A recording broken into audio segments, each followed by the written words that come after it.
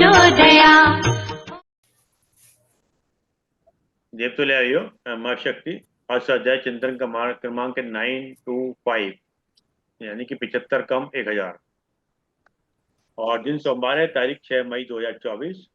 आज हमारे बीच में आदरणीय श्री गोकुल मुद्रा जी जो कोलकाता से हैं और आज आपका विषय है गायत्री कुचिष्ट साधना का तत्व ज्ञान संदर्भ ग्रंथ गायत्री की पंचकोश साधना उपलब्धियां। अब ज्यादा समय लेते हुए आदरणीय आर.एन. पांडे साहब से निवेदन करते हैं कि 2 शब्द आदरणीय गोकुल मुद्रा जी के विषय में कहें, क्योंकि बड़े विद्युत व्यक्ति हैं और बड़े पंचकोश साधना का बड़ा इनको अभ्यास है और अभी यही जिक्र कर रहे थे कि काश हम लोग को भी इस तरफ चल पड़े तो जीवन जीने की एक कला ही आ जाए। आदरणीय पांडे साहब। धन्यवाद अरविंद शर्मा जी। मैं आपका आभारी रहता हूं हमेशा कि मुझे कुछ बोलने का मौका देते हैं। देखिए, जितने भी विद्वज्जन श्रोतागण हैं, मुझे मिला के मैं अपने को बहुत ही अरविंद शर्मा जी का आभार समझता हूं और बहुत अच्छी उपलब्धि मानता हूं कि मुझे और हम लोगों को इन विषयों पर वक्तव्य सुनने को मिलते हैं। इसी श्रृंखला में श्री अरविंद शर्मा जी ने एक गायत्री के एक और बहुत बड़े साधक श्री गोकुल मुद्रा जी को जोड़ा है, जो कलकत्ता से हैं। बड़ी बात है, वेबिनार के होने से आप देखिए इतनी दूर रहते हुए भी जुड़ जाते हैं। इनका जो पहला एक वक्तव्य मैंने सुना था उससे भी बहुत प्रभावित हुआ था और लगा था कि मेरे जैसा केवल शास्त्र का ही ज्ञान नहीं है इनको, बल्कि ये साधना में भी बहुत आगे है। और श्री अरविंद शर्मा जी के ऊपर जैसे गुरुदेव की कृपा है तो आप उसी शांति कुंज से गायत्री की साधना से जुड़े हुए हैं। पंचकोशी साधना अब मैं सुनूंगा तब मुझे पता चलेगा। जहां तक मेरे अपने ज्ञान की बात है, केवल तैत्तिरीय उपनिषद में भृगुवल्ली में जहां पंचकोशों की बात की गई वही तक मेरा ज्ञान है कि भृगु ने अपने पिता के पास जाके कहा कि भृगु वही वारणिम उपससार अधि ब्रह्मोति, ब्रह्म का ज्ञान दो। तब उन्होंने पंचकोश की बात कही है वहां, लेकिन वो केवल सिद्धांत के बारे में है कि उन्होंने तप किया, कैसे तप किया, कैसे वो अन्नमय कोश से आनंदमय तक पहुंचे, वो हमारे आदरणीय गोकुल मुद्रा जी बताएंगे। मैं बहुत आभारी हूं उनका कि उन्होंने ऐसा विषय लिया और मैं उनसे अनुरोध करता हूं, प्रार्थना करता हूं कि अपना वक्तव्य प्रारंभ हो। श्री गोकुल मुद्रा जी। धन्यवाद पांडे जी साहब। सभी विद्वज्जनों को प्रणाम। आज का विषय आरंभ करें उसके पूर्व माँ भगवती से प्रार्थना करें, उन्हीं के मंत्र के द्वारा गायत्री महामंत्र एक बार सम्मिलित स्वरूप। ओम भूर्भुवः स्वः तत्सवितुर्वरेण्यं भर्गो देवस्य धीमहि धियो यो नः प्रचोदयात्। सभी को प्रणाम। इस धरती पर हम आप सब जो भी यहाँ पर रह रहे हैं, हम हमारे जीवन का लक्ष्य जो है वो यह है कि नर के रूप में हमारा जन्म हुआ और नारायण के रूप में हम अपने आप को विकसित करते हैं। और इसी काम के लिए विभिन्न तरह की साधना पद्धतियों की चर्चा की गई। जितने भी शास्त्र हैं वो मनुष्य को इसी तरफ ले जाने के लिए प्रेरित करते हैं कि उसके जीवन को किस प्रकार सुखमय और आनंदमय बनाए और संसार के सारे दुखों से किस प्रकार उसकी निवृत्ति की जा सके। उसी साधना क्रम में गायत्री साधना को एक सर्वश्रेष्ठ साधना माना गया। कोई भी साधना करें, किसी भी देवी देवता की करें, अगर हम उसको अगर हम 3 भागों में बांटें तो हम देखते हैं कि 3 भागों में अगर उसको बांटा जाए तो 3 तरह की साधनाओं का स्तर हो सकता है। पहला तो वो होता है जिसको हम आरंभिक कक्षा की बातें कह सकते हैं कि आरंभ में प्रारंभिक स्तर की, उसके बाद में मध्य स्तर की और उसके ऊपर में उच्च स्तर की साधना।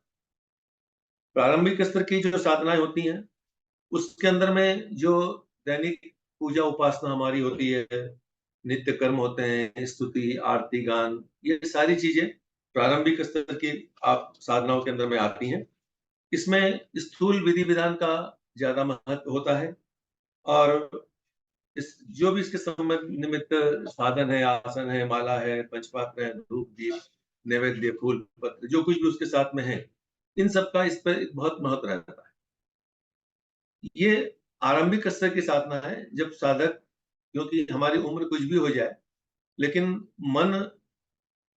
मन की स्थिति बिल्कुल अलग होती है। जब शुरू में बच्चों का मन नहीं लगता है, पढ़ाई में बच्चे जाते हैं, तो उनको चित्र से समझाया जाता है, किसी भी चित्र के माध्यम से बताया जाता है। तो प्रारंभिक स्तर में चित्र के माध्यम से ये चीजें चलती हैं, और उन बाह्य उपकरणों में अपने मन को एकत्रित करने का क्रम चलता है। उसमें मन रमने के बाद साधक अगली भूमिका में आता है, और अगली भूमिका के अंदर में वो जो साधनाएं होती हैं, वो अनुष्ठान परक या पुरस्करण स्तर की साधनाएं होती हैं। जैसे नवरात्रि के 9 दिन के विभिन्न साधनाओं का अनुष्ठान लोग करते हैं। जैसे हम मान लीजिए गायत्री की उपासना करते हैं, तो 9 दिन में 24,000 गायत्री मंत्र का जप उस समय करने का क्रम होता है। तो 9 दिन में अगर 30 माला 27 माला रोज जप करते हैं, तो 9 दिन में 24,000 मंत्र का जप पूरा हो जाता है। वैसे दुर्गा सप्तशती के अध्ययन का क्रम होता है, कि रामायण के अध्ययन का क्रम होता है।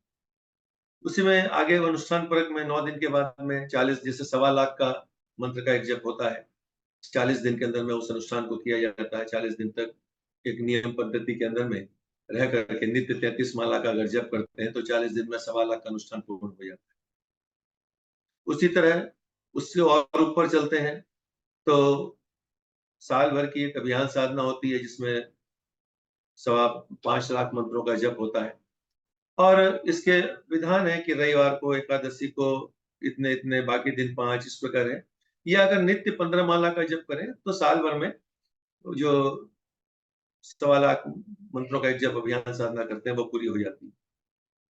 उसके ऊपर में भी जो महापुरुषण स्तर की साधना होती है, जिसमें 24 लाख मंत्रों का जप करना पड़ता है, ये सब एक तरह से मध्यम स्तर की साधनाओं के अंदर में आते हैं।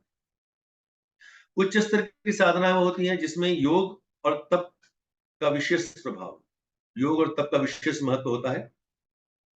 योग शब्द जैसे बताता है जीव की परमात्मा के साथ संबंध करने की बात, तो योग के अंदर में जीव चेतना को ब्रह्म चेतना के साथ जोड़ने के लिए स्वाध्याय, मनन, चिंतन से लेके ध्यान धारणा तक के अवलंबन को लेना पड़ता है, और उसके माध्यम से अपने इष्ट के साथ में जुड़ करके अपने और इष्ट के बीच के दूरियों को कम करते जाते हैं, और क्रमशः अपना रूपांतर अपने इष्ट के रूप में करते चले। ये उच्च स्तरीय साधनाओं के अंदर में आता है। उच्च स्तरीय साधनाओं में बाहरी उपकरणों की आवश्यकता बहुत कम हो जाती है, बल्कि नगण्य सी हो जाती है बाहरी उपकरणों की आवश्यकता। वहां पर तो सारी की सारी बात आती होती कि अपने इष्ट के साथ अपना तादात्म्य कैसे बनाएं।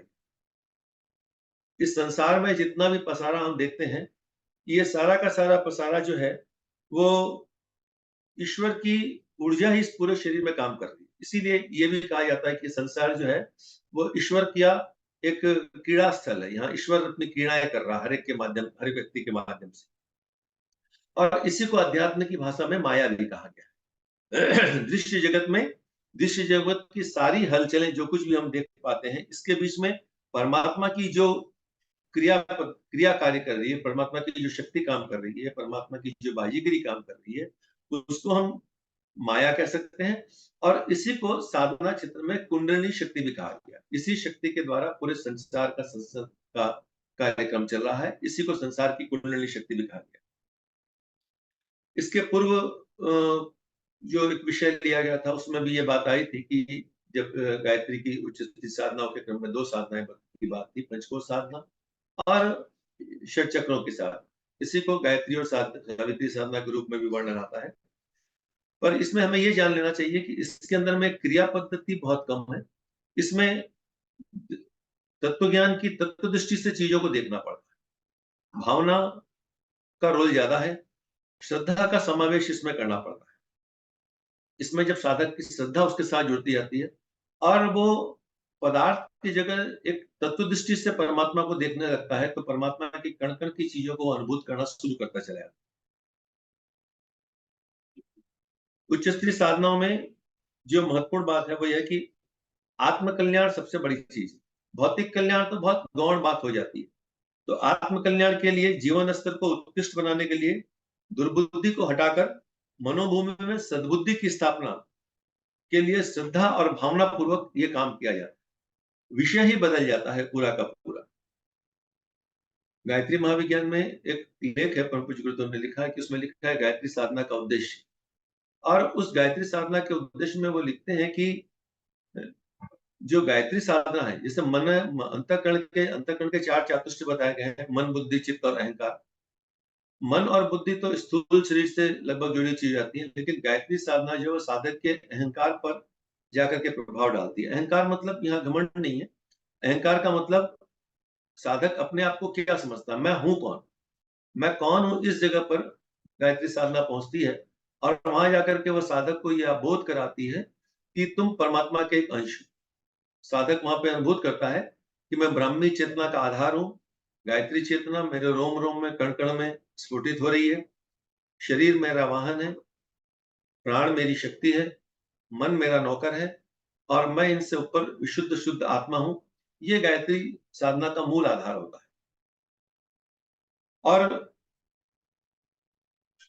जो सामान्य क्रम में हम जो पूजा पाठ जो करते हैं, जो जो सकाम साधना जिसको कि हम कहा जा सकते हैं, सकाम साधनाओं में 2 बातें होती हैं। या तो काम पूरा हो जाता है तो उस लक्ष्य को छोड़ दिया जाता है, उस साधना को छोड़ दिया जाता है, और काम पूरा नहीं होता है तो उसको छोड़ देते हैं कि इससे कोई लाभ ही नहीं हुआ, करने से फायदा क्या। दोनों स्थिति में वह साधना सामयिक होती है और उसके बाद में वो छूट जाती है। अगर किसी विशेष लक्ष्य के लिए कोई संकल्प लिया गया तो उसके 2 परिणाम होंगे, या तो काम हमारा पूरा हो जाएगा या काम पूरा नहीं होगा। काम पूरा हो गया तो हमें लगेगा अब इस काम को करने, इस पूजा की क्या आवश्यकता, हमारा काम तो पूरा हो गया। और अगर काम पूरा नहीं हुआ तो ये लगेगा कि अब इसको करने से क्या फायदा, हमारा तो काम लाभ ही नहीं। तो दोनों स्थिति में वह चीजें छूट जाती, जबकि परमात्मा का साथ तो कभी छूटने के लिए नहीं होना चाहिए। तो ये बड़ी श्रम साध्य चीजें हैं, और लगातार उसके प्रति जब साधक लगे रहता है तो उसके जीवन में एक परिवर्तन होता है, जो कि वो खुद अनुभूत कर पाता है। परमात्मा से लौकिक चीजों की प्रार्थना करने की कोई विशेष आवश्यकता नहीं। ये बात में कहते हैं जबकि साधक थोड़ी परिपक्वता की स्थिति जब आ जाती है, तब उसको ये लगता है कि परमात्मा से इन सब चीजों को मांगने की क्या जरूरत है। ये छोटी मोटी चीजें तो हम अपने पुरुषार्थ से कमा लेंगे, अपनी मेहनत से कर लेंगे। और अगर कुछ परिस्थितियां विकट आ ही गई तो विकट परिस्थितियां हमेशा तो रहती नहीं है, अच्छी परिस्थितियां हमेशा नहीं रहती है, विकट भी नहीं रहती है, तो ये आई है वैसे चली जाएंगी। तो वह परमात्मा की प्रार्थना करनी हो तो धैर्य, साहस, पुरुषार्थ और सद्गुणों के अभिवृद्धि की साधना हमको करनी चाहिए। भगवान यही चीज देता है, भगवान किसी को समान नहीं देता। भगवान अगर किसी को देने लगेगा तो उसके ऊपर में इसका आरोप लगेगा कि आपने किसी का विशेष पक्ष लिया, किसी का पक्ष नहीं लिया, जो आपकी उपासना की उसका आपने पक्ष लिया है, जब बाकी का उपासना नहीं की। जब परमात्मा सबके अंदर में समान रूप से विद्यमान है, कण कण में विद्यमान है, वह न्यायकारी है, तो फिर वह किसी एक का पक्ष इसलिए क्यों ले लेगा कि तुमने मेरी उपासना करी। परमात्मा वस्तुतः जब भी किसी को देता है तो सद्बुद्धि देता है। यही गायत्री मंत्र का प्रचोदया शब्द है, वह प्रेरणा देता है सद्बुद्धि की ओर, और उस प्रेरणा पा करके और अपने पुरुषार्थ से साधक काम करता है और उसके आगे बढ़ता चला है। तो ये उच्च स्तरीय साधनाओं में जब जाकर के साधक आता है तो वह अपने आप को सामान्य क्रमों से अपने आप को दूर करता चला जाता है। गीता में भी 4 प्रकार के भक्तों की बात बताई गई है कि पहला भक्त तो वो होता है जो विपत्ति आने पर उसके निवारण के लिए भगवान को पुकारा। समस्या आ गई, अब भगवान को पुकारा, ये समस्या आ गई, इसका निदान करिए, इसका निदान करिए। एक तो वो भक्त, वो भी भक्त है, इसमें कोई दो राय नहीं, भक्त वो भी है। दूसरा, जानकारी का कौतूहल पूरा करने के लिए परमात्मा की खोजबीन करते हैं। उनको परमात्मा चाहिए नहीं ईमानदारी से, लेकिन एक कौतूहल है हमारे मन में, इसलिए इधर उधर जरा सा कुछ ये पढ़ लिए, कुछ इधर ताक झांक कर लिए, कभी इसकी सत्संग सुन लिए, या किसी की महत्ता सुनी तो दौड़ के उसके पास चले गए, शायद ये कुछ परमात्मा के संबंध में कुछ हमें चमत्कारी चीज बता देगा। हमारी जानने की इच्छा वास्तव में नहीं है, लेकिन अगर फ्री में मिल जाए तो कोई नुकसान भी नहीं। बस इतना ही हमारा उद्देश्य उस स्थिति पे रहता है। उसमें कोई विपत्ति नहीं है, लेकिन कुछ मिल गया तो जान लिए, कोई नुकसान की बात नहीं। तीसरे स्तर के साधक वो होते हैं जो सिद्धियां और विभूतियां पाने के लालच में जब तक करते हैं। अब जब तक कर रहे हैं, साधनाएं कर रहे हैं, पर हमारा उद्देश्य कोई विशेष सिद्धि प्राप्त कर लेना, कोई उससे हमको कुछ चमत्कार की चीजें पा लेना, ये उसका हमारा लक्ष्य होता है। और चौथे स्तर के साधक वो होते हैं जो कि प्रभु को प्रगति के लिए सच्ची भावना से आत्मसमर्पण करने के लिए विवेकशील ज्ञानी हो। कुछ नहीं चाहिए हो, बस जब तुम मिल गए तो मुझे इसके बाद और क्या चाहिए। कठोपनिषद में नचिकेता यमराज का जो वृतांत आता है, कथा वृतांत, तो यमराज पहले उसको सब तरीके से समझाने, फसलाने, बुलाने का बहुत प्रयास करते कि ये चीजें जान के तुम क्या करो, तुमको जो कुछ चाहिए मैं ये सब दे देता हूँ। बहुत सारी चीजें, सारा संसार का वैभव उसके सामने रखने का प्रयास करते हैं। उसको ये भी बताते हैं कि बड़े बड़े लोग इसको नहीं कर पाए, तुम कैसे कर पाओगे, तुम तो बालक हो।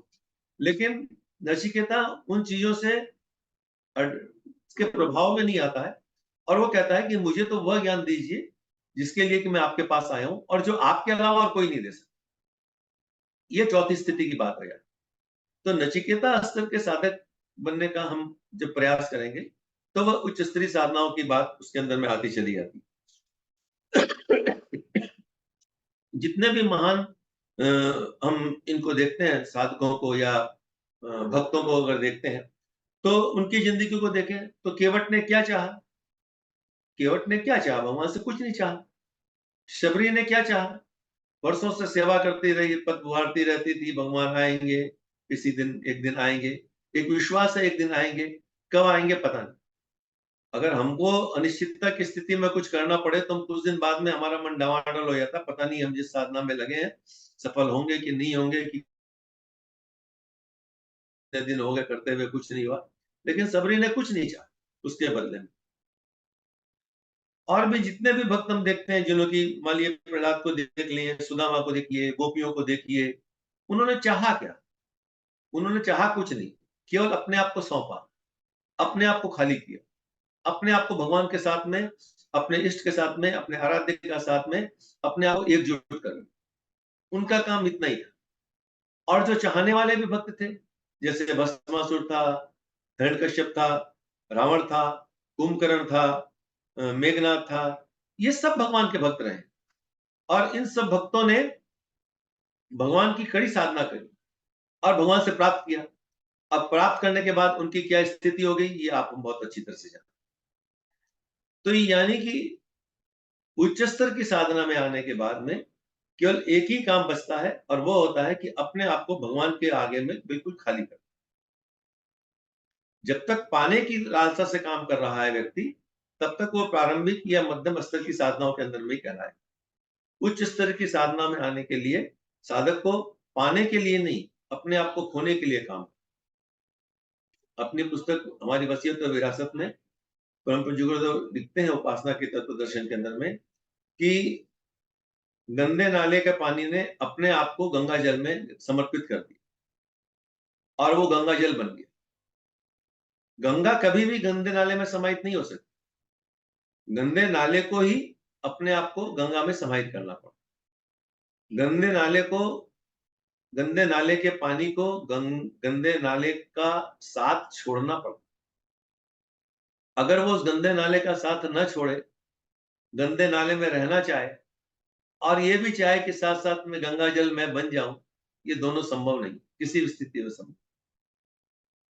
ईंधन, पेट्रोल की कोई कीमत नहीं है जब तक कि वह आग के संस्पर्श में ना आए। जो ही वो ईंधन आग के सानिध्य में आता है तो ईंधन में छुपी हुई ऊर्जा प्रस्फुटित हो जाती है और उससे बड़े बड़े काम हो जाते हैं। ईंधन को अपने आप को नष्ट कर देना पड़ता है और उसके बदले में उसमें जो अग्नि की विशाल सत्ता, परमात्मा की विशाल सत्ता उसको मिलती चली जाती। उच्च स्तरीय साधनाओं में यही काम है।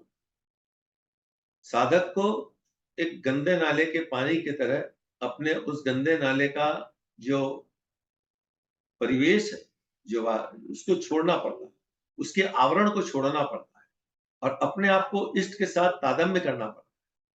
पद्धति कोई भी हो, कोई भी इष्ट हो सकता है, इष्ट किसी भी हो सकता है, लेकिन उस इष्ट में अपने आप को पूरी तरह नियोजित करने का काम वो करता चला जाता है। जब वह उस स्थिति पर चला जाता है तो परमात्मा की सारी शक्तियां उसके पास में सहज रूप से आती चली जाती, उसके लिए करना नहीं पड़ता। ये उच्च स्तरीय साधनाओं के अंदर में उसका जो बेस है वो यहां से शुरू हो। जैसे भी चर्चा हो रही थी कि चमत्कारों के चक्कर में जो चीजें होती हैं वो बच्चों की साधना है। बच्चों को तो शुरू में बहुत छोटा छोटा बच्चा स्कूल जाने के लिए कितने प्रलोभन उसको देने पड़ते हैं। बेटा स्कूल चला जा, तेरे को तू आएगा टॉफी देंगे, तेरे लिए ये देंगे, तेरे को ये चीज देंगे, तेरे लिए अच्छी चीज ला के देंगे। लेकिन किसी तरह तो स्कूल चला जा, एक बार तू जाना शुरू कर दे, तू पढ़ना शुरू कर दे, फिर तेरे पढ़ने का मन लग जाएगा तो उसके बाद वो चीजें नहीं करनी पड़ती। तो आरंभिक स्तर की साधनाएं आरंभ उसी ढंग की होती हैं, जाकि हमारा उस परमात्मा के साथ एक, हम उस परमात्मा को समझने का काम शुरू करते हैं, उसके पास पहुंचने की बात शुरू करते हैं। और एक बार जब उस पर मन लग जाए तो फिर समझ में आ जाएगा कि साधना की दिशा में हमको जाना किस तरफ। इसमें विधानों का और वस्तुओं का तारतम्य घटने लग जाता है। इसमें ध्यान की भूमिका ही महत्वपूर्ण होती है। सारे के सारे कार्यक्रम जो ध्यानात्मक उसके अंदर में होते चले जाते हैं। क्रियात्मक काम बहुत कम होते हैं, थोड़े बहुत काम होते हैं जो क्रियात्मक होते हैं। बाकी उन क्रियाओं के अंदर में भी ध्यान का महत्व बहुत। हम लोग नित्य संध्या वंदन करते हैं। संध्या वंदन करते समय क्रियाएं तो बहुत सामान्य सी, मान लिया पवित्रीकरण किए, हाथ में जल लेकर के शरीर के ऊपर में डाल ली, तो 1 चम्मच जल डाल लिए, ये बहुत महत्वपूर्ण थोड़ा। उसके पहले तो पूरा शावर चला करके 2 बाल्टी पानी डाल करके आए हैं पूजा में बैठने के। उसके बाद 1 चम्मच जल डालने का क्या मतलब? उसमें भावना बड़ी महत्वपूर्ण है कि जहां ये कहा जाता है कि यह स्मृत पुंडरीकाक्षम स वायाभ्यंतर शुचि। उस पुंडरीकाक्ष के स्मरण मात्र से बाहर भीतर से हम पवित्र होते चले जाते हैं। ये भावना उसमें महत्वपूर्ण बात होती चली जाती है। उच्च स्तरीय साधनाओं में भावनाओं का रोल बहुत महत्वपूर्ण हो जाता है। आचमन करते हैं, 3 बार आचमन किया, मुंह में 3 1 चम्मच जल डाल लिया, तो ये तो कोई बहुत बड़ी बात नहीं हुई। कितने कितने गिलास पानी हम रोज पी लेते हैं, 1 चम्मच डाल भी लेंगे तो क्या फर्क पड़ेगा। लेकिन गायत्री महाविज्ञान में गुरुदेव लिखते हैं कि आचमन करते समय जब हम पहला आचमन लेते हैं तो उस समय हम उसके अंदर में पीत रंग की किरणों का ध्यान करें और रिंग शक्ति का, सरस्वती शक्ति का ध्यान करें उसके अंदर में, और ये भावना करें कि ये जल के माध्यम से ये ब्रह्मा की, सरस्वती की शक्ति हमारे अंदर में प्रवेश कर रही। दूसरा आचमन करें तो रज शक्ति के लिए पीत रंग की किरणों के रूप में हम ध्यान करें श्रृंग शक्ति का, और उस जल के माध्यम से परमात्मा की श्रृंग शक्ति को पाने का प्रयास करें। तीसरा आचमन करें तो उसमें लाल और काला मिला हुआ लाल रंग जो रक्त का जैसा रंग होता है उसका ध्यान करें, क्लिंग शक्ति का ध्यान करें, और उस आचमन के साथ में परमात्मा की क्लिंग शक्ति को ध्यान करते हुए अपने अंदर में उसकी शक्ति को निहित करें। तो आचमन तो छोटा सा क्रिया, तो उतनी सी बात, 3 चम्मच जल लेने, लेकिन उसकी शक्ति तब महत्वपूर्ण हो जाती है जब उसके साथ में भावना शक्ति का योग होता चला है। जब भाव शक्ति का योग होता है तो वही 3 आचमन हमारे अंदर में तीनों जो तीनों ग्रंथियों को तोड़ने का काम कर जाते हैं। रिंग शिंग क्लिंग तीनों शक्तियां हमारे शरीर के अंदर में जागृत होने का काम कर जाती हैं। सतरजतम तीनों की शक्तियां हमारे जीवन में आने की बात आनी शुरू कर जाती हैं। हम उसको भावना के माध्यम से उसको खींचने का, परमात्मा को खींचने का प्रयास करते चले जाते हैं। तो सारी की सारी क्रियाएं जितनी भी है, इन सारी क्रियाओं के अंदर में जब भावनाओं का सही ढंग से योगदान होना शुरू करता है, ये कब होता है? जब साधक सामान्य क्रम से ऊपर उठता है और वो समझने लगता है, धीरे धीरे जैसे उसकी परिपक्वता बढ़ने लगती है, तो वो उसके बाद जब बच्चा ग्रेजुएशन में आ गया तो माता पिता को कहना नहीं पड़ता कि तू पढ़ तू पढ़। वो पोस्ट ग्रेजुएशन करता है, पीएचडी करता है, तो अपने मन से उसमें लगे रहता है और जितनी ताकत है उससे ज्यादा लगे रहता है। बल्कि उसमें माता पिता कई बार कहते हैं कि बेटा थोड़ा आराम कर ले, बहुत देर हो गया पढ़ते हुए। उसी बच्चे को जिसको पढ़ने के लिए बचपन में डांटा जा रहा था, लालच दिया जा रहा था, समझाया जा रहा था, बहलाया जा रहा था, उसी बच्चे को जब बच्चा बड़ा होकर के पूरे ताकत से पढ़ने के लिए लग जाता है तो माता पिता फिर वहां उसको ये कहते हैं कि बेटा थोड़ा ब्रेक कर ले, थोड़ा देर ब्रेक कर ले, थोड़ा ये खा ले, थोड़ा वो खा ले। तो कहता है कि नहीं, मुझे इसकी जरूरत नहीं, मुझे केवल अपने लक्ष्य तक पहुंच। तो उच्च स्तरीय साधना में साधक के पास में उसका लक्ष्य स्पष्ट होने लगता है। अब उसको पता चलने लग जाता है कि मैं जीवन में आया किस लिए, इस धरती पे मैं आया किस लिए हूँ। मेरे आने के हर दिन, हर श्वास के साथ मेरा एक एक सेकंड कम होते चले जाता, और मेरे जीवन का जो समय है और जो लक्ष्य है उसकी दूरी मेरे को इन सांसों की अवधि के दौरान में पूर्ण करनी है, जितनी दूर तक मिलते चले। तो ये उच्च स्तरीय साधना में जब साधक का मनोभाव इस प्रकार बनता चला जाता है तो यह उसकी मनोभूमि बनती चली जाती है, और इसके लाभ ये होते हैं, वो ये होते हैं कि उसका आत्मबल बहुत बढ़ता चला है। आत्मबल साधक का बहुत ज्यादा बढ़ने लग गया था, फिर जिन छोटी-छोटी चीजों के आगे वो पहले घबरा रहा था, उन वो घबराहट उसकी समाप्त हो जाती है, क्योंकि वो ईश्वर को अपने साथ अनुभव करने लगा।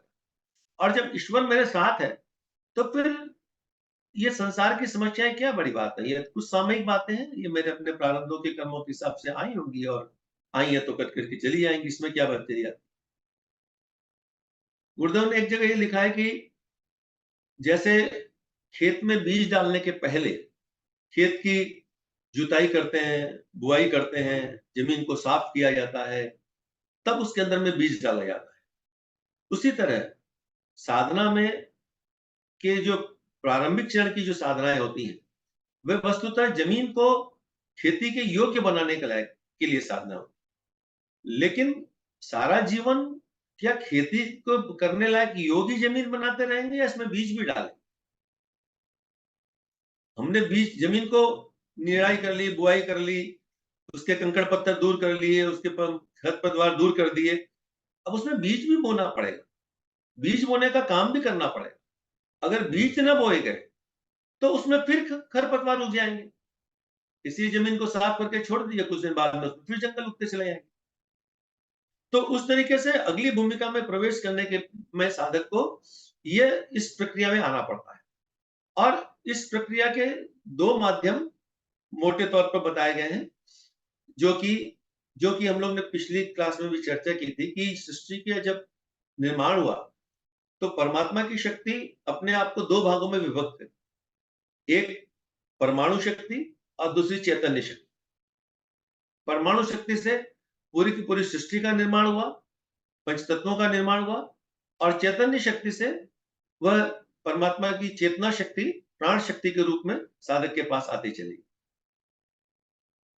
पंचतत्वों का जो विज्ञान है, ये जो जड़ शक्ति की बात थी, इसका भी महत्व है, क्योंकि अगर जड़ नहीं होगा तो चेतन परिलक्षित नहीं हो सकता।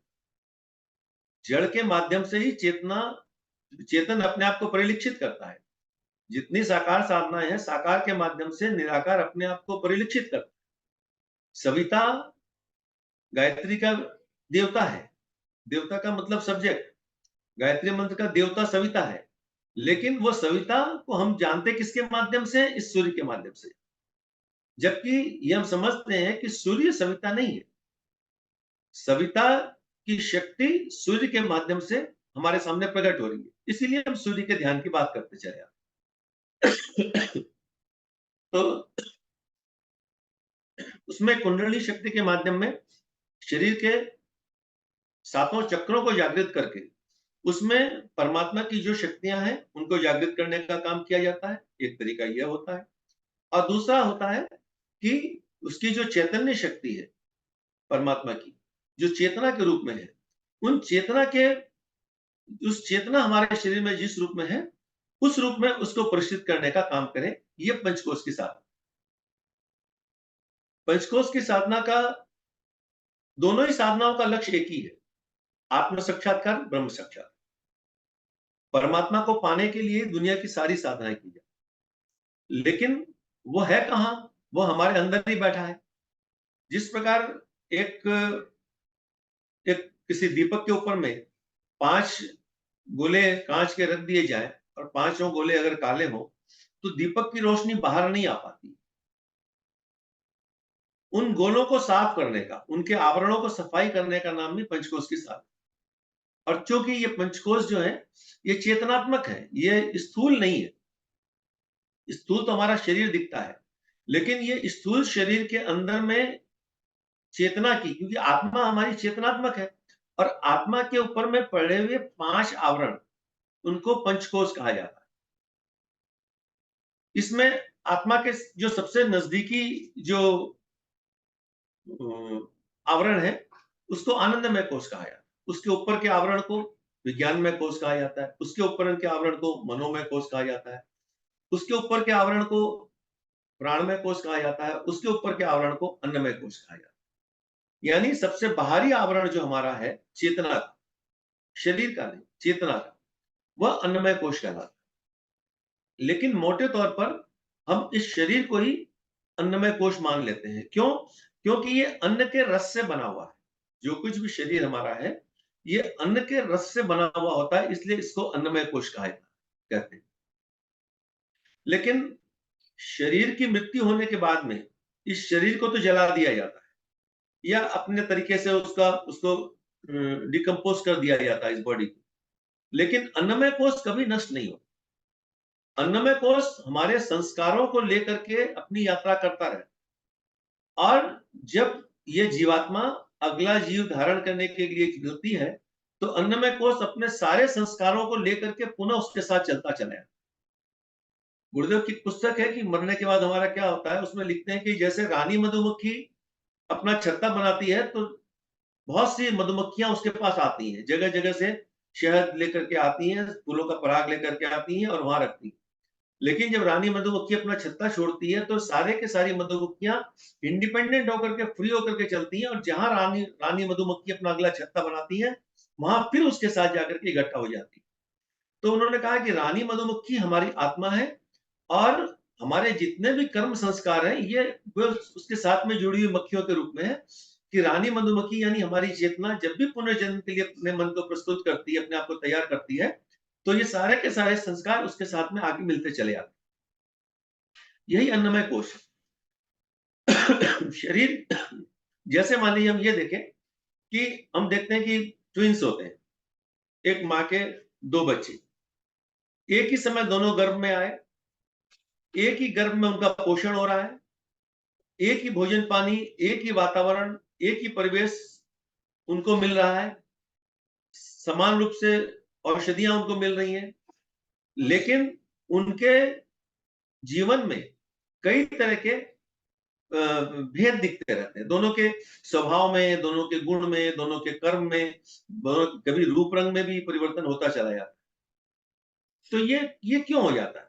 वैज्ञानिक दृष्टिकोण से तो एक होना चाहिए था, लेकिन ये अलग इसलिए हो जाता है कि उन दोनों के अपने अपने अन्नमय कोश अलग थे, और उन अन्नमय कोशों को अलग होने के कारण वे चीजें अलग रूप में आती।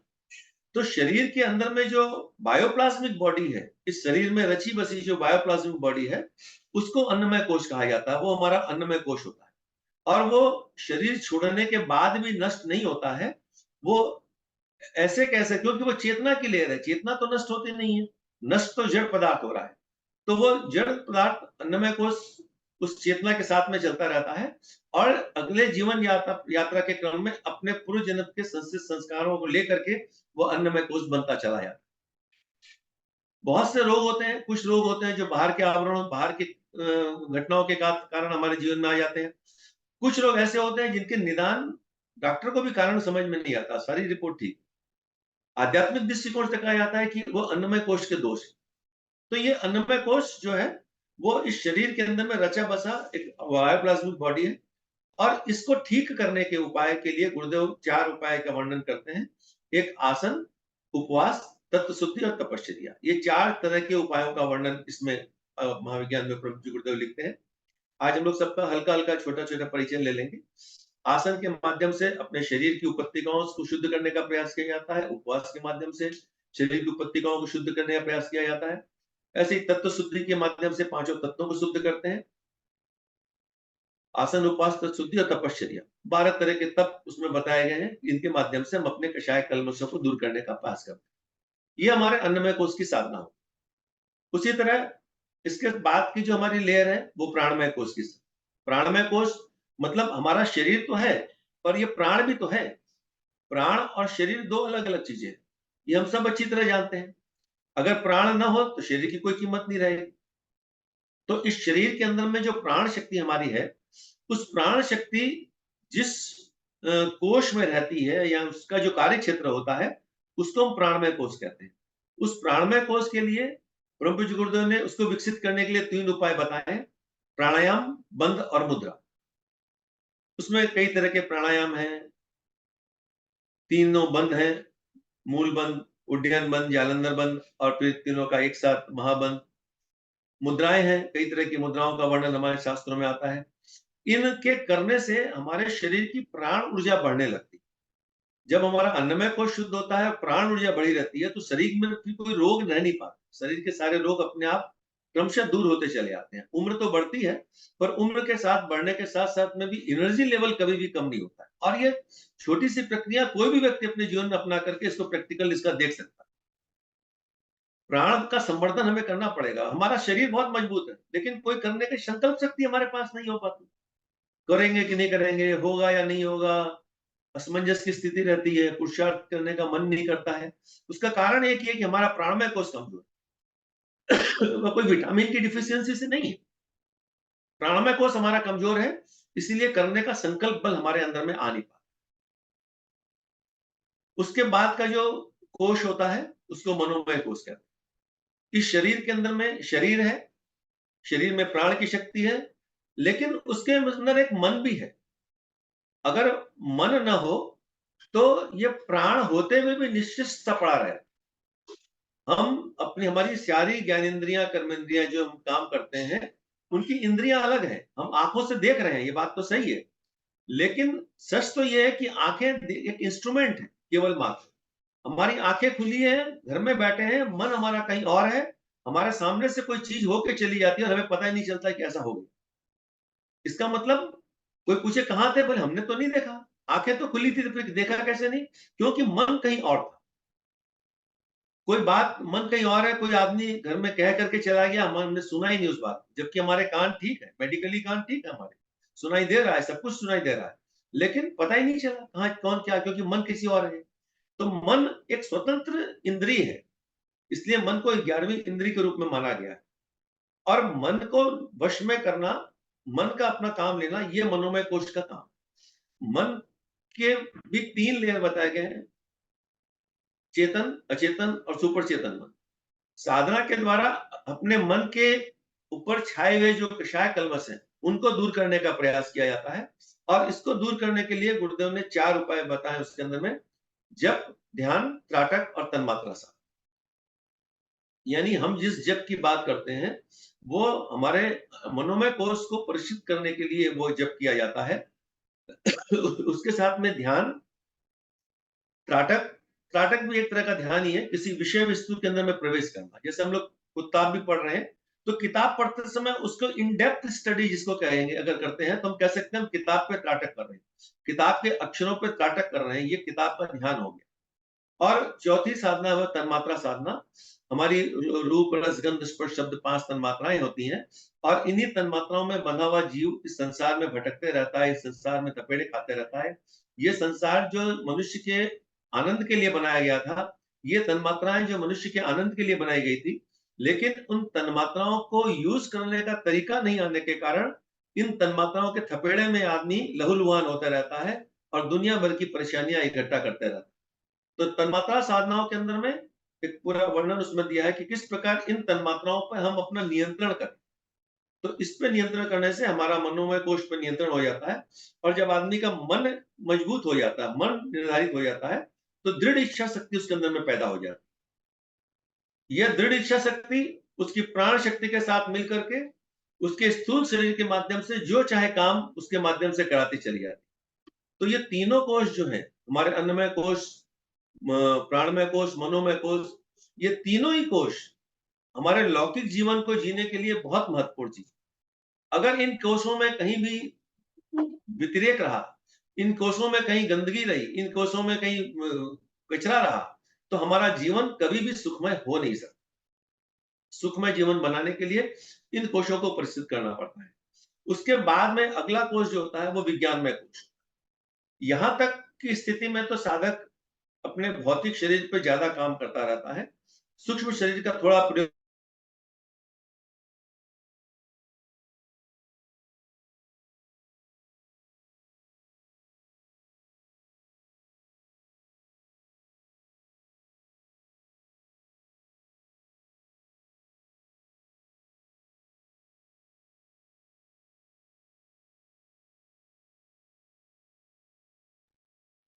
हमको इस न तो अपना ही पूरा ज्ञान है, न इस संसार का भी पूरा ज्ञान।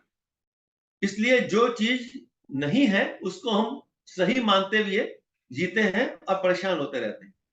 विज्ञानमय कोष में आने के बाद में साधक अपनी प्रज्ञा बुद्धि को जागृत करता है, अपनी प्रज्ञा को जागृत करता है और अपने इस संसार में कैसे जीना है इसको समझने का प्रयास करता है।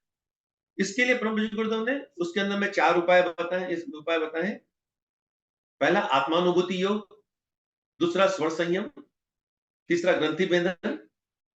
इसके अंदर में ये 4 उपाय और एक उसमें आत्मानुभूति योग एक और उपाय है, उसमें चारों मिलकर बातें आती हैं। तो इस ग्रंथि बंधन के माध्यम से वो अपने सत रज तम तीनों की गांठों को फोड़ता रहा। ये तीनों गांठें जब तक साधक के अंदर में है तब तक वो शरीर से बंधा हुआ है, वो विशुद्ध आनंद को पा ही नहीं सकता। हम सब शरीर की विभिन्न गांठों के अंदर हमें कितने सारे कॉम्प्लेक्स हमारे मन में, हमारे शरीर में बने हुए हैं और उन कॉम्प्लेक्स के कारण हम शरीर जीवन को सही ढंग से जी भी नहीं पा रहे। तो विज्ञानमय कोष के अंदर में जब साधक आता है तो वह अपने आप को जान पाता है कि मैं कौन हूं और इस संसार को जान पाता है कि संसार की संरचना कैसे हुई और इस संसार का मुझे कैसे उपयोग करना है, इस बात को जान पाता। तो ये 3-4 साधनाएं उसके अंदर में दी हैं। उसका पूरा वर्णन बहुत विस्तार में गुरुदेव ने उसमें कर दिया है। उसके बाद में जो अगला कोष हमारा आता है वह आनंदमय कोष। वस्तुतः परमात्मा का दूसरा नाम सच्चिदानंद है, वह आनंद स्वरूप है। अगर कहीं भी दुख की कोई भी स्थिति है, इसका मतलब वहां पे परमात्मा नहीं। अगर परमात्मा है तो दुख नहीं होना चाहिए, और अगर दुख है इसका मतलब वहां परमात्मा नहीं। आनंदमय कोष में जब साधक पहुंचता है तो अपने आप को हर समय उस परमात्मा के उस आनंद के साथ में ओतप्रोत होता हुआ अनुभव करता है। अब तक जितने भी आनंद की चीजें हमें दिखती हैं लौकिक जीवन के अंदर में, इनको वस्तुतः हम सुख के साधन कहते हैं। ये हमारे सुख के साधन, न कि आनंद की बात। सुख जो होता है वो एक क्षणिक होता है। किसी भी चीज का सुख हमें अभी मिला पर वो स्थायी नहीं हो सकता, वो थोड़े समय बाद में समाप्त हो जाएगा। अभी हम कोई भी बहुत अच्छी सामग्री लेकर के आए, बहुत अच्छा खाद्य पदार्थ लेकर के आए, बहुत अच्छा मकान लेकर के आए, कुछ भी लेकर के आए, लेकिन थोड़े समय बाद में उसका आनंद समाप्त होता चला जाएगा। सच तो यह है कि वो आने के साथ ही उसका आनंद समाप्त हो जाता है, उसको भोग भी नहीं किया, उसके पहले ही वो आनंद समाप्त होने लग जाता। आ गया ना, पड़ा है, ठीक है, कोई बात। लेकिन जो आनंद है, इसीलिए इन सबको खंडा आनंद कहा गया। ये खंडित आनंद, एक एक खंड के आनंद है, थोड़ी देर में हुई है, पानी के बबूले की तरह उगे और उसके अंदर में समाप्त होते चले। लेकिन साधना पर साधक अखंड आनंद की बात करता है, वो आनंद जो कभी खंडित नहीं, वो आनंद भक्ति का आनंद होता है। अभी कुछ दिन पहले नवदा भक्ति पर चर्चा हो रही थी, आज ही मैं यूट्यूब में उसको सुन रहा था। तो ये भक्ति किसी भी रूप में की जाए, वह उस आनंद की ओर हमें लेकर चलती है। और ये आनंदमय कोष जब साधक का जागृत होता है तो वह हर पल हर क्षण उस आनंद में जीता है, जिस आनंद में जीने के लिए उसने जन्म लिया है। हम दुखी होकर जीने के लिए जन्म नहीं लिए, लेकिन अज्ञान के कारण, अभाव के कारण, अशक्त के होने के कारण हम दुखी होकर के जीते रहते हैं। जबकि परमात्मा की हम संतान है, पूर्ण मद पूर्ण मिदम की बात करते हैं, हम ईश्वर की संतान है। ईश्वर अगर सच्चिदानंद स्वरूप है तो हमें भी सच्चिदानंद स्वरूप होना चाहिए। यह बोध साधक जब आनंद में कोष की साधना करता है तो उसके अंदर में यह बोध उसका विकसित होते चले जाता है। अपने आनंदमय कोष की साधना के लिए परम पूज्य गुरुदेव ने उसमें उपाय दिए हैं। उसमें नाद योग, नाद साधना, बिंदु साधना, कला साधना और तुरीय अवस्था की बात की। यानी इन साधनों का उपयोग करने के माध्यम से वह परमात्मा की बनाई हुई इस पूरी सृष्टि का पूरा आनंद लेता रहता है और एक तुरीय स्थिति यानी समाधि की स्थिति में जाता चलेगा। समाधि की 2 तरह की स्थितियां हो सकती हैं, जो कि एक स्थिति तो वो होती है जहां पे कि शरीर जड़ की तरह पड़ा रहता है और सांस प्रश्वास रुक जाती है, लेकिन जीवन चलता रहता है, वह किसी और चीज के साथ तादात्म्य की बात उसमें आती है। यह एक समाधि की बात है। लेकिन गुरुदेव ने कहा कि राजयोग के साधकों को समाधि की वह स्थिति होनी चाहिए जहां की जीवन में हमेशा उल्लास बना है। समाधि का एक अर्थ जो है वो समाधान भी कहा गया। समाधि की स्थिति में व्यक्ति के पास में हर चीज का समाधान रहता है, कोई प्रश्न रहते ही नहीं। प्रश्न उसके जीवन के समाप्त हो जाते हैं। प्रश्न किस बात का? क्योंकि उसको तो हर समय परमात्मा के साथ वो अपने आप को एकजुट होता हुआ अनुभव कर रहा है, आनंदित उसके साथ में आनंद में रह रहा है। तो वह उस स्थिति में आने के बाद में तुरीय स्थिति की तुरीयावस्था की स्थिति में आने लगता है, जिसको भगवान श्री कृष्ण ने स्थिर प्रज्ञ होने के लिए दूसरे अध्याय के अंदर में पूरा वर्णन किया, जिसके अंदर में तो इस तरह से साधक अपने एक एक कोशों के ऊपर में अगर काम करता है सही ढंग से और नियमित रूप से उस पर अभ्यास करे, काम करे, तो अपने सारे कोशों को अपना मतलब इन सारी चेतना की लेयर्स के ऊपर में जितने भी जन्म जन्मांतरों के कचरे उसमें पड़े हुए हैं, उन कचरों को क्रमशः साफ करता रहता और साफ करते करते वह इस जीवन का पूरा आनंद लेता है। गुरुदेव ने कहा इसमें कि अगर एक एक कोश के ऊपर में 2-2 वर्ष काम किया जाए तो 10 साल में पूरे पूरे 5 कोशों को हम शुद्ध कर सकते हैं और अपने जीवन का पूरा आनंद लेते चले जा सकते हैं। बहुत आसान प्रक्रिया की गई है। उपनिषदों में पंचकोशों का वर्णन है, मगर इन पंचकोशों को कैसे यूज में लाया जाए, कैसे ठीक किया जाए, इसका जो प्रैक्टिकल काम दिया गया है, ये परम पूज्य गुरुदेव ने गायत्री महाविज्ञान में लिखा है और गायत्री की पंचकोशी साधना और उपलब्धियां इस वाङ्मय में दिया है। और ये पूरे टूल्स उसके दिए हैं कि इसके माध्यम से जब साधक एक काम करता रहता है तो धीरे धीरे उसके सारे कोष जो है वो परिष्कृत होने लगते हैं, साफ होने लगते हैं और वह परमात्मा के उस चूंकि वह उसके अंदर का प्रकाश स्वयं ही झिलमिला के बाहर आने लगता है, तो वह आत्म साक्षात्कार की स्थिति पर चला जाता है। और ये आत्म साक्षात्कार ही ब्रह्म साक्षात्कार है, क्योंकि आत्मा ही ब्रह्म का एक अंश है। आत्मा में और ब्रह्म में कोई अंतर नहीं है। चिंगारी और दावानल में कोई अंतर नहीं। एक चिंगारी में एक दावानल के सारे गुण विद्यमान है। जो ही वो संपर्क में आती है वस्तुओं की, तो वो चिंगारी आग में परिवर्तित होती चली जाती है। वह जो शक्ति हमारे अंदर में आत्मा के रूप में विद्यमान है, वही सृष्टि के अंदर में परमात्मा के रूप में विद्यमान है।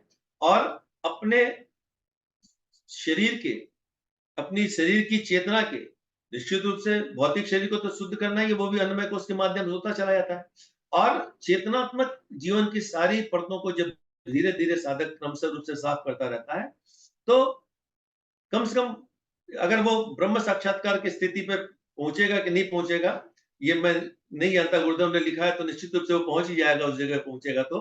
पर इतना तो अपने अनुभव से कह सकते हैं कि जीवन आनंदमय हो, और जीवन को आनंदमय बनाने के लिए हम सारा का सारा सुबह से शाम तक काम करते रहते हैं, परेशान होते रहते हैं, लेकिन असली आनंद को जानने का प्रयास भी नहीं करते। अगर इस प्रक्रिया को थोड़ा बहुत भी अगर काम किया, गुरुदेव ने कहा 2 घंटा, केवल 24 घंटा में से केवल 2 घंटा हम इस काम के लिए दे दें, 1 घंटा थ्योरेटिकल, 1 घंटा उसमें प्रैक्टिकल करें, तो 10 साल के अंदर में इन 5 कोर्सों को हम परिष्कृत करते चले जाएंगे और उसका पूरा आनंद अपने जीवन को बनाते चले जाएंगे।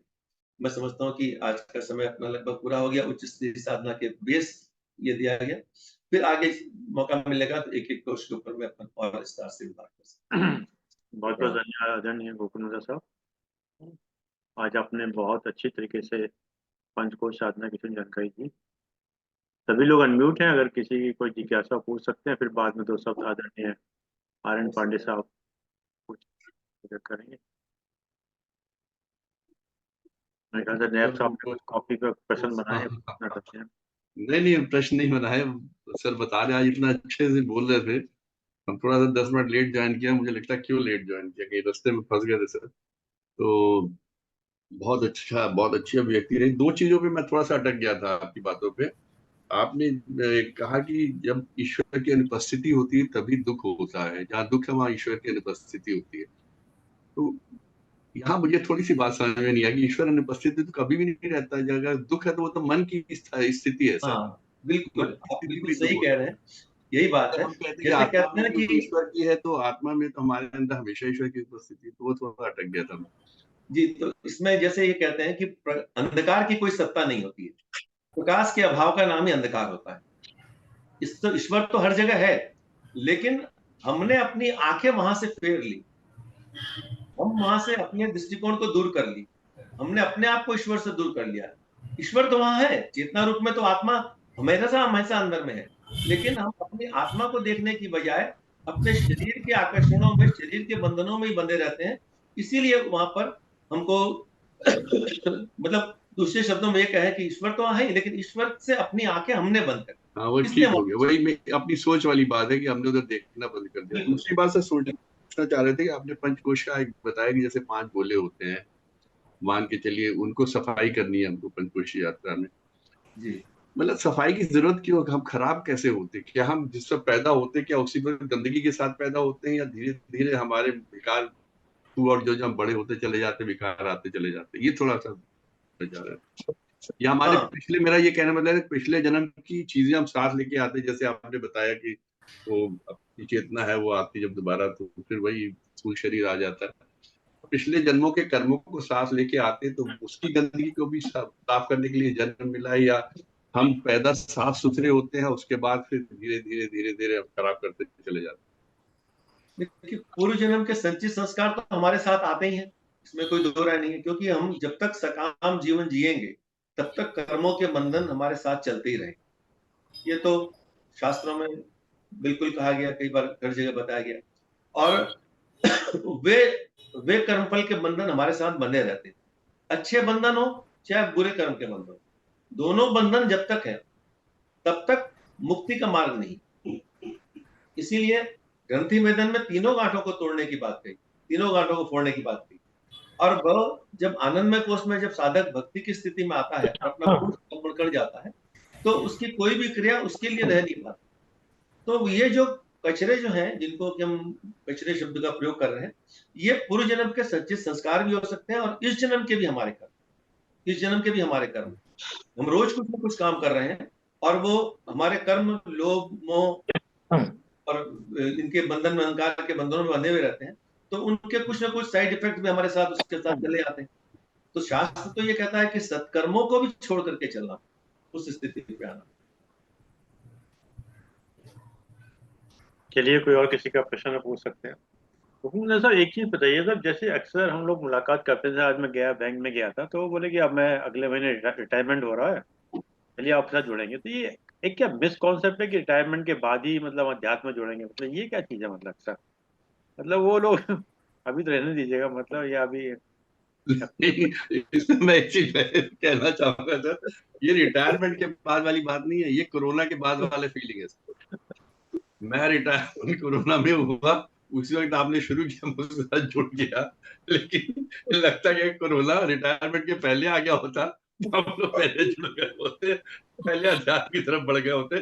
जब सामने हमें दिखाई दिया ना कि हमारे हाथ में कुछ भी नहीं है, ईश्वर ही के हाथ में सब कुछ है, और कैसे फसलें कटती चली जा रही है, मशीन चलती जा रही है, तो समझ में आया कि अपने हाथ में कुछ नहीं। जब तक रिटायर नहीं होता आदमी तब तक सोचता मैं ये हूँ, मैं ये कर सकता हूँ। मैं इसका उत्तर नहीं दे रहा, लेकिन मैं अपनी स्थिति बता रहा हूँ कि कोरोना की वजह से हम लोग आए थे सर। सॉरी भाई। मतलब रिटायरमेंट के बाद निर्वाण मिल जाता है। मुंद्रा जी, मुंद्रा जी, रिटायरमेंट के बाद एक मिनट सर, निर्वाण अरविंद जी आपकी बात जो कहे, तो जी। उसमें मुझे लगता है कि ये जो पांचों तत्वों की जो तन्मात्राएं हैं, रूप रस गंध स्पर्श शब्द, ये हमें बांधे रहती हैं। और इसके बंधन में आदमी, जैसे एक कहावत एक कही जाती है कि कुत्ता जब हड्डी चबाता है तो हड्डी में कोई रस नहीं होता है, उसके मुंह का खून ही उसके पास में आता है, वो उसी के टेस्ट को टेस्ट समझता रहता है। तो हम लोग इन तन्मात्राओं के जंजाल में फंसे हुए उसी के सुख को आनंद समझ करके हम उल्टे रहते हैं। तब सोचते हैं कि ये पूरा हो जाए तब करेंगे, तब ये पूजा है तब करेंगे। पर सच तो ये है कि जिसकी शुरू से अभ्यास नहीं है वो अंत में कभी नहीं कर सकता। भारत की परंपरा में गुरुकुल आश्रम में उपनिषद पहले पढ़ा दिए जाते, फिर गृहस्थ में वो जीता था, उपनिषदों को जीता था, और वानप्रस्थ में उपनिषदों का प्रैक्टिकल करता था, और तब वो सन्यास के क्रम में आता।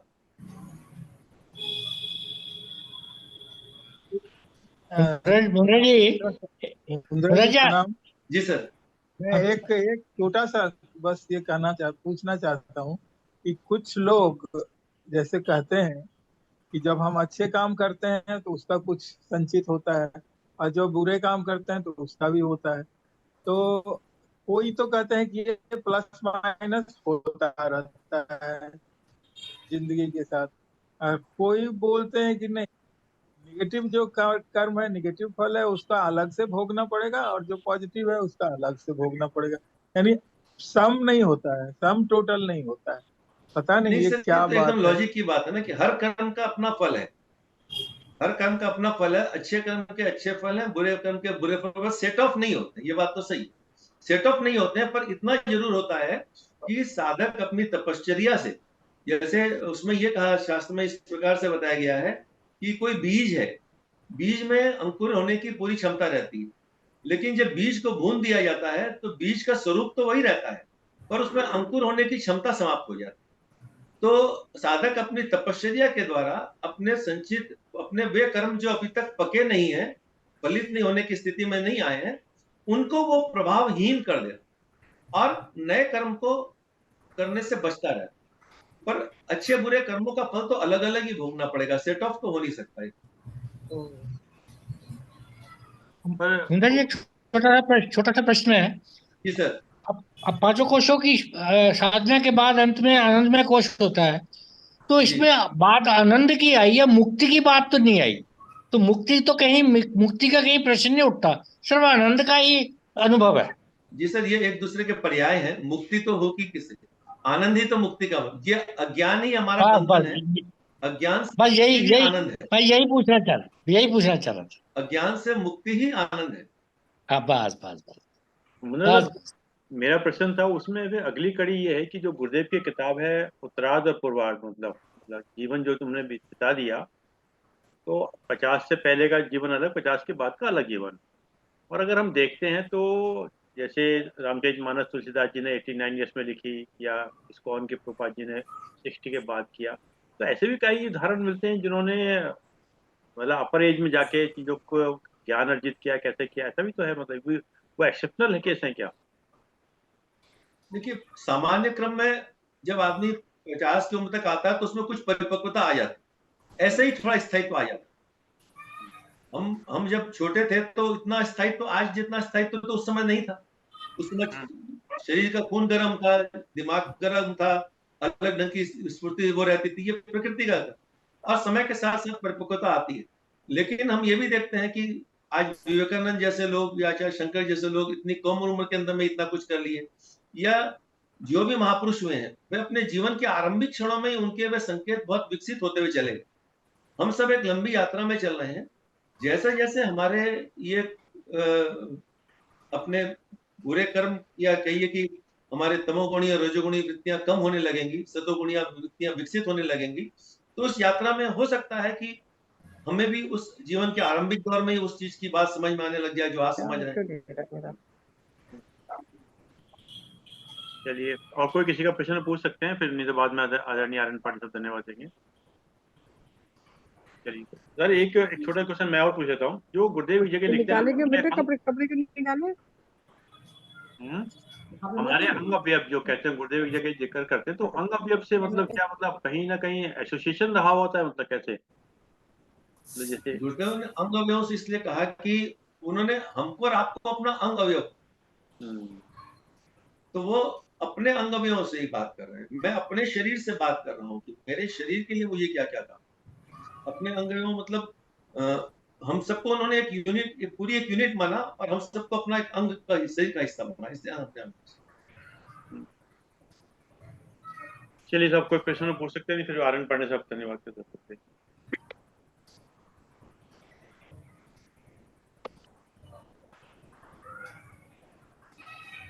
और कोई प्रश्न? कोई प्रश्न नहीं है, सब क्लियर।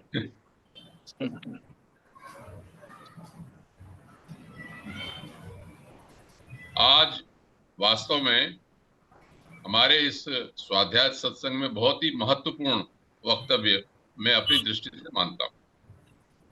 आप सब लोग बौद्धिक स्तर से अलग अलग तरह से जागरूक हैं, लेकिन मैं अपनी जानकारी की दृष्टि से इसलिए महत्वपूर्ण मानता हूं कि आदरणीय वक्ता श्री गोकुल मूधड़ा ने जिस तरह से अपनी बात सामने रखी, वो बहुत ही प्रभावित करने वाली और जानकारी देने वाली। जो मूधड़ा साहब की शैली है, जैसे मैं पिछले वक्तव्य में भी कहा था संभवतः, वो बहुत ही प्रभावित करती है। एक ही सरल भाषा में, एक ही रिदम पर आप जो अपनी बात को कहते चले जाते हैं, उससे ऐसा लगता है कि आपने जो कुछ पढ़ा है या गुरुदेव की जो भी साधना की है उसको अनुभव भी किया है। चलिए, तो आज अच्छा ये लगा कि पहले आपने 15-20 मिनट तक जो भूमिका बनाई वो बड़ी महत्वपूर्ण। उससे ये हमको आभास होता है कि हम लोग सामान्य लोग जो हैं वो प्रारंभिक साधना में ही अपने को ये मानते हैं कि हम पूजा पाठ में हैं। जैसे हमने उपासना की, स्तुति की, जप किया, पंचोपचार किया, पूजा पाठ अपना आरती करके दिखा, आपने बताया इस बात। लेकिन जो मध्य साधना वाली बात है, जैसे हम नवरात्रि के आपने सब कहा, फिर आपने जो और कठिन, नवरात्रि पर तो प्राय लोग रख लेते हैं, शिवरात्रि पर भी रख लेते हैं, व्रत करते हैं, लेकिन जो 1.25 लाख जप भी करते हैं कुछ लोग, जो आपने 33 मालाएं 40 दिन तक करने की, लेकिन जो साल भर की बात कही वो एक कठिन बात है जो कम लोग करते हैं। तो मेरा मानना ये है कि मैं अपनी दृष्टि से देखूं तो हम तो केवल प्रारंभिक साधना में ही लगे रहते हैं, उस मध्य साधना में, उच्च स्तर की साधना में नहीं जाते। लेकिन आपने जो अच्छी बात बताई वो है उच्च साधना के बारे में, उसका विशेष महत्व बताया। जो आपने कहा कि हमें तो नर से नारायण तक की यात्रा करनी है। अब बात ये आती है उच्च स्तर की साधना में, जो आपने कहा भावना की बात, मुझे क्या अपील करता है, जो मैं बार बार सोचता हूं कि अपनी दुर्बुद्धि को हटाकर सद्बुद्धि की स्थापना कर। महत्वपूर्ण चीज लगी मुझको ये, गायत्री साधना से इसको होता है, आपको गायत्री सद्बुद्धि देती है। आपने गीता के 4 बात बताई, आर्थो जिज्ञासु अर्थार्थी, ज्ञानी च भर्तर्षभ, यम नचिकेता की बात भी बताई। एक महत्वपूर्ण बात ये लगी कि जब तक हम अपने अस्तित्व को खो नहीं देंगे, या ये कहिए कि हम अपने जो छोटा हमारा अस्तित्व है उसको बड़े से नहीं मिला देंगे, तब तक हमारा विकास नहीं होगा। उसमें जो उदाहरण आपने गंदे नाले का दिया कि उसका पानी जब तक गंगा जल में नहीं मिलेगा तब तक उसका अस्तित्व गंगा जल नहीं बनता।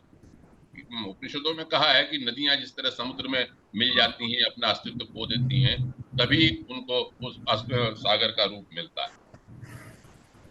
एक और बात जो मुझे अपील की, क्योंकि मैं शक्ति का उपासक भी हूँ, सौंदर्य लहरी पे बोल रहा हूँ, बीज मंत्रों की बात लो, आपने बहुत अच्छी बात की। देखिए, मैं ये बात को स्वीकार करता हूँ कि मैंने गुरुदेव के ग्रंथों का बहुत ज्यादा अध्ययन नहीं किया, लेकिन कितनी बात इसमें अच्छी आपने बताई गुरुदेव के ग्रंथों के आधार पर। जब आचमन करता है तो वही आचमन हम सामान्य रूप से करते हैं, और वही आचमन जब हम भावनात्मक रूप से करते हैं कि ह्रीं श्रीं क्लीं, 3 के बीज मंत्रों की जो बात कही वो मुझे बहुत अच्छी लगी। वास्तव में मैं भी इसका बहुत प्रयास करूंगा कि जब भी हम कोई क्रिया करें तो हमें पूरी भावनात्मक रूप से उसमें गहराई से उसमें जाना चाहिए। प्राण और रई की बात आपने की उसमें ठीक है। अब इसके बाद जो आपने पंचकोशी साधना की उपासना का बताया, तो जैसे मैंने प्रारंभ में ये कहा था कि मैं तो केवल उपनिषद में भृगुवल्ली में, तैत्तिरीय उपनिषद की भृगुवल्ली में पंचकोशों के बारे में मैंने पढ़ा कि भृगु ने पूछा वाराणसी के ब्रह्म क्या है, उसने कहा भाई यतो मायमानी भूतानी जायंती ये न जाता नहीं जीवंती यद प्रेंती अभिशंति, जिससे सब लोग पैदा होते हैं, बलते हैं, मर जाते हैं, वो ब्रह्म है, उसको जानो। तो उसने तपस्या की, बस केवल तपस्या लिखी है। लेकिन आज आपके भाषण में हम सब लोगों ने ये जाना कि गुरुदेव ने जहां से आपने बात कही है तो उसके टूल्स बताए, और ये सबसे महत्वपूर्ण चीज है कि हम अपने आवरणों में को हटाने के लिए, जो आवरण स्थूल रूप से दिखाई नहीं पड़ते, केवल हैं वास्तव में, तो उनको हम किस तरह से हटा सकते हैं, आगे आप इसका वर्णन करेंगे। तो आपने जैसे भी जो भी बताया कि आसन, उपवास, सत्व शुद्धि के बारे में बताया, प्राणायाम बंद के बारे में बताया, या और भी सब चीजें बताते रहे, आपकी संस्कारों को लेकर हम अन्नमय कोश को कैसे दूर करते हैं, और उसके बाद प्राणमय विज्ञानमय कोश में विशुद्ध सही ज्ञान के बारे में, अंत में आपने आपको जानने के बाद आनंदमय कोश तक की। तो इसके जो टूल्स हैं, जो आपने लास्ट में तो बताया नाद योग, बिंदु योग, उनके बारे में, तो वास्तव में हम यह चाहेंगे कि आप अगले वक्तव्यों में प्रत्येक कोश में जो टूल्स हैं उनको भी विस्तार से बताएं, जिससे कि हम लोग उस पर चल सके, उसको जान सकें। तो आज मेरे दृष्टि से, मुझे व्यक्तिगत रूप से ये बड़ा लाभ हुआ आपके वक्तव्य से कि उन पंचकोशों में जो टूल्स हैं उनकी भी जानकारी मिली, और आपका वक्तव्य बहुत ही प्रभावशाली रहता ही है। और जहां तक समाधि की बात आपने दो कह दी, उससे जो भृगुवल्ली में अंत में जो लिखा वो भी शंका समाधान हो जाती है कि आपने समाधि के बारे में कहा एक तो जड़, लेकिन दूसरी समाधि है राजयोग वाली। तो भृगुवल्ली में राजयोग वाली समाधि की ओर ही इशारा किया गया है। उसमें अंत में जाके ये लिखा कि आनंद में कोश को प्राप्त करने के उपरांत उसको पार करके उसमें आदमी क्या करता, इमान लोकान, इन सब लोगों को, कामानी, अपने ही जो भी जीवन में आनंद है उसको प्राप्त भोग सामग्री से युक्त हो जाता है। और काम रूपी अनुसंचरण, दो शब्दों का प्रयोग किया वहां पर, इमान लोकान, इन सब संसार में हम रहते हुए, कामानी, जो कुछ चाहता है उसको प्राप्त होता है, और काम रूपी, इच्छा रूपी उसको सब कुछ मिलता है, और उसको भोग करते हुए भी, सब चीजों को प्राप्त करते हुए भी आनंदमय रहता है। आपने जो अखंड आनंद की बात की वही इसकी प्राप्ति है। और देवऋषि जी तो हम हमेशा आनंदमय की बात करते ही हैं, और हम ब्रह्ममय रूप को प्राप्त कर लेते हैं। तो इतनी बात संक्षेप में जो मैंने नोट की वो मैंने अपनी समझी, और मैं वास्तव में बहुत बुधड़ा जी का बहुत आभारी हूँ कि उन्होंने इतना महत्वपूर्ण वक्तव्य हमारे सामने दिया।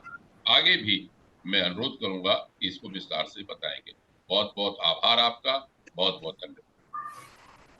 आदरणीय पांडे साहब, जैसे अभी साहब ने कहा कि कुछ पाने के लिए कुछ खोना पड़ता है, जैसे आपने पॉइंट नोट भी किया, तो इसका मतलब ये हो गया कि जो गंगा मर्यादा में रह के बहती है तो उसको समुद्र मिल जाएगी, मतलब हर आत्मा मिलेगी तो जरूर। अगर वो मर्यादा भी हो जाएगी, इधर से फैल जाएगी, पहुंचेगी तो वहीं समुद्र मिलेगी और उसको समझ ज्यादा लग जाएगा। मतलब ऐसा नहीं कि कोई नहीं, उसमें दूसरी बात ये भी हो सकती है कि आप अपने गंगा का जो थोड़ी धारा कट गई, कहीं पर जल रुक गया, तो वो तो सड़ी जाएगा। तो उसमें गतिशील होना, अपने लक्ष्य की ओर गतिशील होना बहुत जरूरी है कि वो गंगा नाला अगर कहीं पर उसे अलग से नहीं मिल पाया उसको, देखिए उदाहरण तो केवल उस बात को समझाने के लिए होते हैं।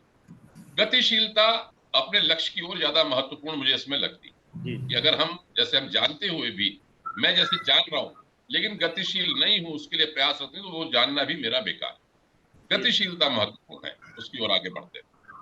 ऐसा मैं बहुत बहुत धन्यवाद आदरणीय नारायण पांडे साहब, बहुत बहुत धन्यवाद आदरणीय गोकुल मंदा जी, आपने समय निकाल समय दिया। और जूम के लोगों का विशेष रूप से धन्यवाद कि आपने समय निकाल समय दिया। और जैसे कि एक विचार के साथ और 3 बार ओम के साथ अपनी बात को समाप्त करते हैं। आज का थोड़ा सा छोटा भी है, थोड़ा सा बड़ा भी है, थोड़ा समझने वाला भी है। जो मनुष्य अपनी वाणी पर नियंत्रण कर पाने में सक्षम होते हैं, जो मनुष्य अपनी वाणी पर नियंत्रण कर पाने में सक्षम होते हैं, वे तन मन से स्वस्थ और प्रसन्न तो रहते ही हैं, साथ ही वो अपनी मंजिल को भी सहज रूप से पा लेते हैं। साथ ही वो अपनी मंजिल को भी सहज रूप से पाले, जो अभी पांडे साहब कह रहे थे। वाणी पर संयम रखने वाले व्यक्ति समाज के लिए प्रेरणा स्रोत होते हैं। वाणी पर संयम रखने वाले व्यक्ति समाज के लिए प्रेरणा स्रोत होते हैं। वो किसी को कष्ट नहीं पहुंचाते, वो किसी को कष्ट नहीं पहुंचाते। हमें भी अपनी जीवन यात्रा में संयमित हो रहने का संकल्प लेना चाहिए। हमें भी अपनी जीवन यात्रा में संयमित रहने का संकल्प लेना चाहिए। आइए 3 बार वाह वाह वाह, आइए 3 बार ओम का उच्चारण करते हैं।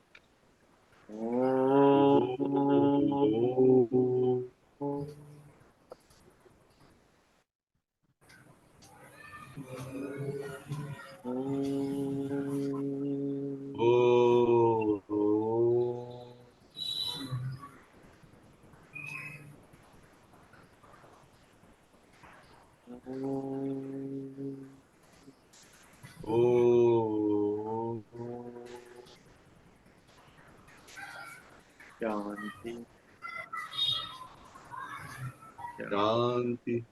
शांति शांति शांति। सबको प्रणाम, सबका बहुत बहुत धन्यवाद, सभी को प्रणाम।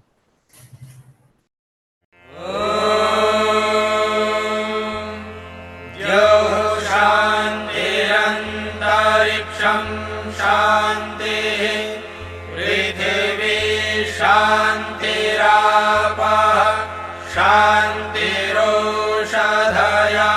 शान्तिः, वनस्पतयः शान्तिर्विश्वे देवाः शान्तिर्ब्रह्म शान्तिः, सर्वं शान्तिः शान्तिरेव शान्तिः सा